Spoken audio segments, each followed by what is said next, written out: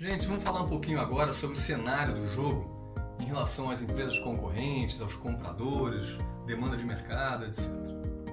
Em relação às empresas concorrentes, no início do jogo, quando você começar a jogar o jogo, as empresas, a sua empresa e os concorrentes são completamente iguais. Tudo igual para todo mundo. Tá? Mesmo dinheiro em caixa, mesma quantidade de produtos em estoques, mesmo número de funcionários, mesmo capacidade fabril, tudo igualzinho para todas as empresas. A partir da primeira decisão, aí as empresas começam a tomar as suas direções, se diferenciando nas suas estratégias, nas suas decisões. Então, as empresas inicialmente são exatamente iguais. Nesse nosso mercado, nesse nosso país simulado, a gente está simulando aqui como se fosse um país, né? A gente tem um governo insatisfeito com os investimentos, com os baixos investimentos. O governo considera que as empresas têm feito baixos investimentos em pesquisa e desenvolvimento e na qualidade de seus produtos. O governo considera que as empresas têm um preço elevado em relação à baixa qualidade que esses produtos têm. Tá? Bom, em relação aos compradores, a gente tem dois tipos de compradores aqui. Os compradores habituais e os compradores volúveis. Os compradores habituais são aquele tipo freguês, né? Ele compra de você, no mês seguinte ele vai continuar comprando de você porque ele gosta da sua fábrica, ele gosta da sua empresa, então ele é o comprador habitual da sua empresa.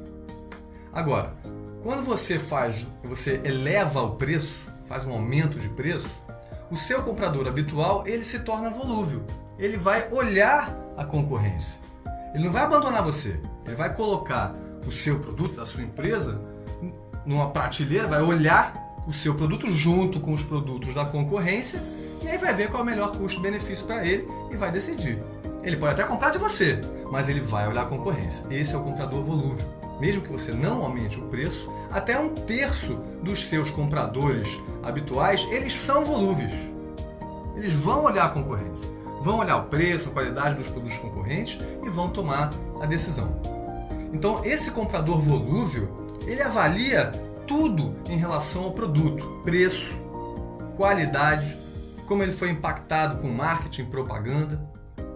E uma vez que ele compre de alguém, seja da sua empresa ou de um concorrente, ele tem a tendência a se tornar um comprador habitual. E aquele comprador habitual, aí sim, ele vai comprando sempre da mesma empresa. Tá? Bom, falando um pouquinho agora sobre o comportamento de demanda, né? Então a gente tem que diferenciar bem o que é demanda e o que é venda, né? A gente está falando agora de demanda. Demanda são aquelas pessoas que se aproximam da sua empresa e querem comprar. Se você tiver estoque, tiver o preço e qualidade, etc., você acaba vendendo. Mas você pode não vender ou perder aquela venda caso você não tenha estoque, mas você teve demanda, certo? Vamos falar um pouquinho então do comportamento de demanda. O comportamento de demanda, é como se fosse uma função de algumas variáveis, né? A primeira dessas variáveis é uma tendência global. Essa tendência global é a tendência do mercado como um todo, né? Se todas essas empresas concorrentes resolvem diminuir, secar, diminuir custos, demite, né, não investe tanto, etc., o mercado como um todo, o nosso país, o PIB do nosso país, ele começa a se retrair um pouquinho também, né? Agora, se todas as empresas resolvem contratar, ampliar, investir, pagar bons salários e tal, o PIB, a economia, ela fica aquecida e essa demanda como um todo se torna aquecida, né? Começa a ficar aquecida e aí tem uma tendência de um crescimento de demanda. Então isso aqui que eu falei é o fator tendência global que influencia a demanda.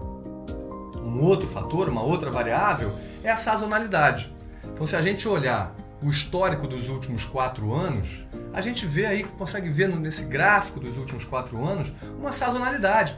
O mês de janeiro vendeu muito, o mês de fevereiro não vendeu tanto. Vocês vão ter que descobrir essa sazonalidade. Analisem esse histórico e tentem achar essa sazonalidade. Então essa sazonalidade, projetando o futuro, você tem que levar em conta isso para poder fazer uma previsão de demanda o mais precisa possível.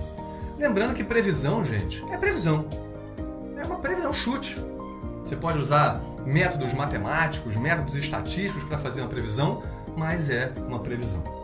Tá? Então, mas eu previ tanto e não vendi. Mas é uma previsão.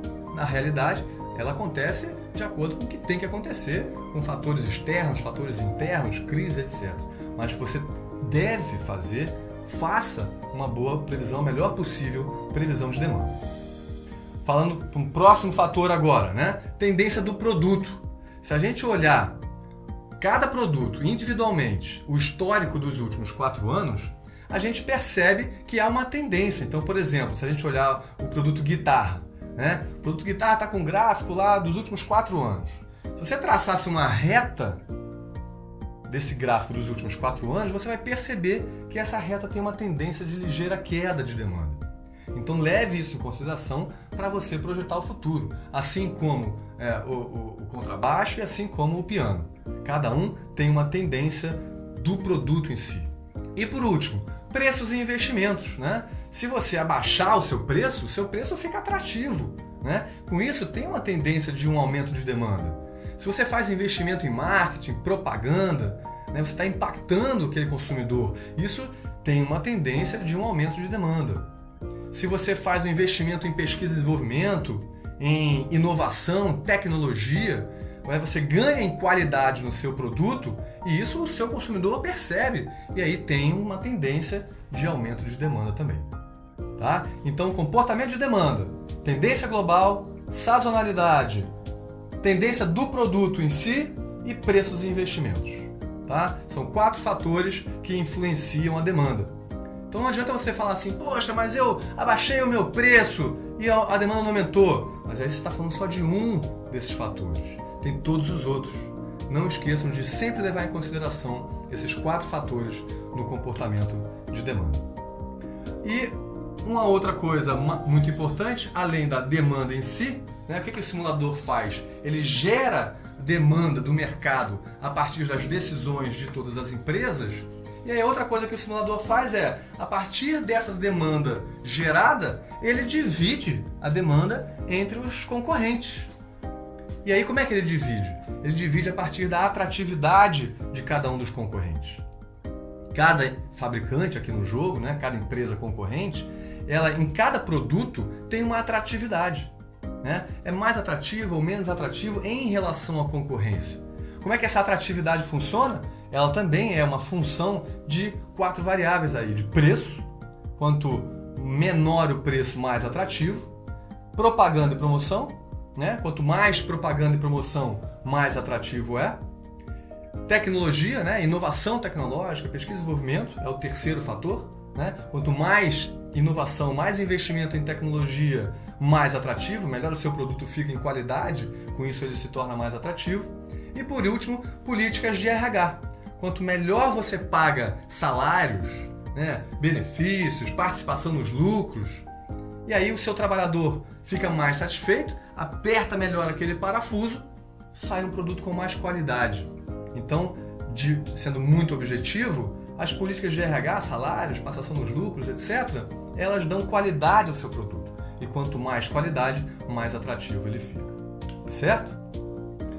Então, se a gente for olhar aí, eu estou colocando agora esse slide do histórico dos últimos 4 anos, a gente vê aí que no ano -3, então não é ano tracinho 3, é ano -3, significa que é 4 anos atrás.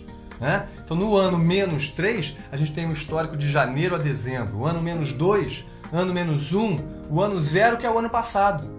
Então se a gente nessa tabela a gente olhar o ano 0, mês de dezembro, é o mês passado, na nossa simulação aqui.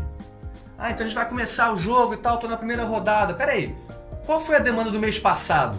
Você tem que olhar o ano 0, dezembro. Essa foi a demanda do passado. Certo? Então a gente tem aí a demanda, vocês têm acesso a esse gráfico, a essa tabela, essa planilha em Excel para você poder trabalhar com esse histórico dos últimos 4 anos e quem sabe projetar o futuro de demanda, tanto da guitarra quanto do contrabaixo. Né? De novo, se a gente traçar uma reta, né? Nesse caso do contrabaixo, por exemplo, você percebe que tem um ligeiro crescimento de demanda desse mercado. E por último, o piano digital, a gente vê que o crescimento é bastante grande. Né? Há 4 anos atrás nem tinha venda desse produto e no mês passado a demanda tem sido muito boa. Então a projeção futura nos parece que tem bastante crescimento. Essa é a previsão que a gente faz nesse momento para esse produto. Até o próximo vídeo.